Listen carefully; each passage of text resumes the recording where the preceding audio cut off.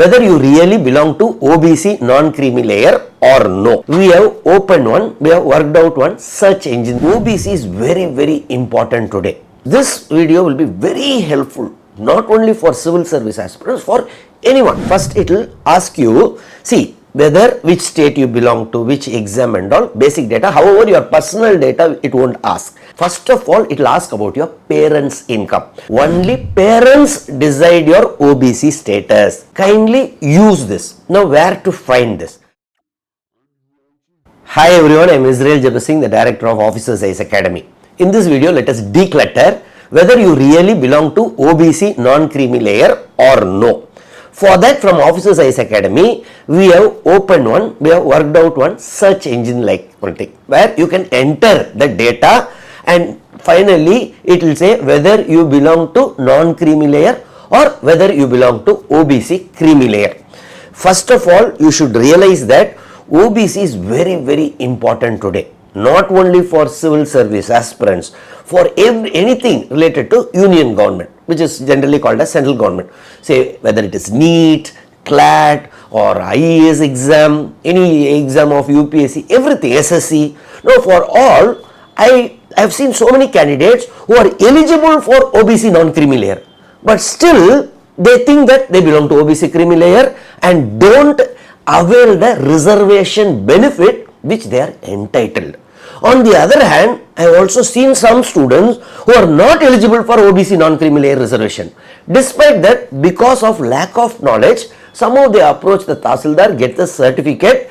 Later, when at the time of scrutiny of application, later after selection also, whether it is NEET or civil service, anywhere, forest service, anything, later they land in trouble. So, you can make use of this search, you can say check your OBC status, okay.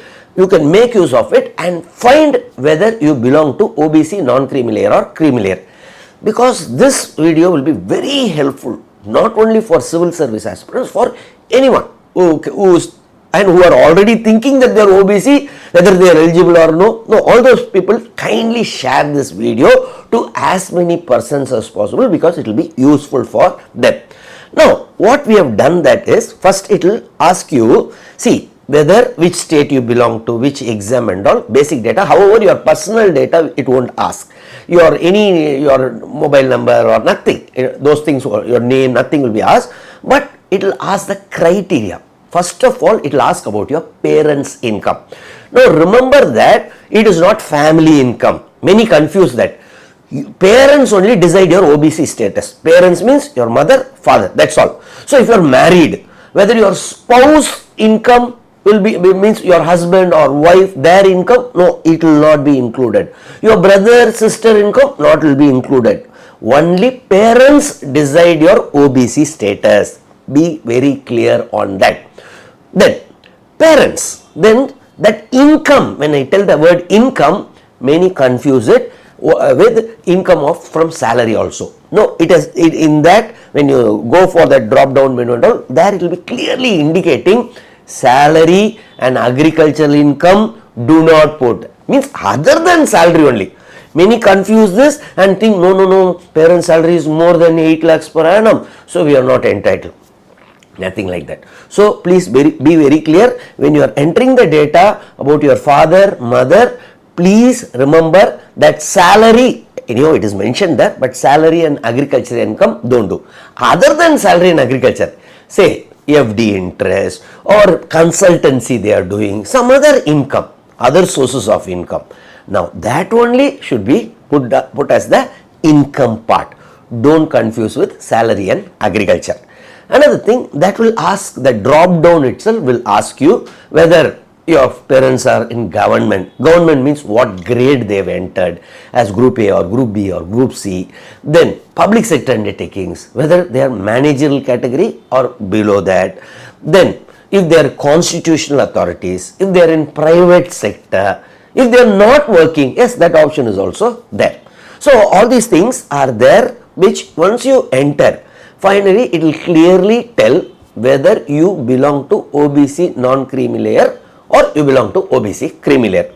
So if you belong to OBC creamy layer, then you are not entitled for reservation, then you will be treated as a general category student. On the other hand, if you are OBC non-creamy layer student, then yes, whatever community certificate which you are having, now that is not considered as OBC non-creamy layer certificate. You have to get a separate certificate from the local Tehsildar office. So please, that will also be given there. You should approach the Tehsildar office.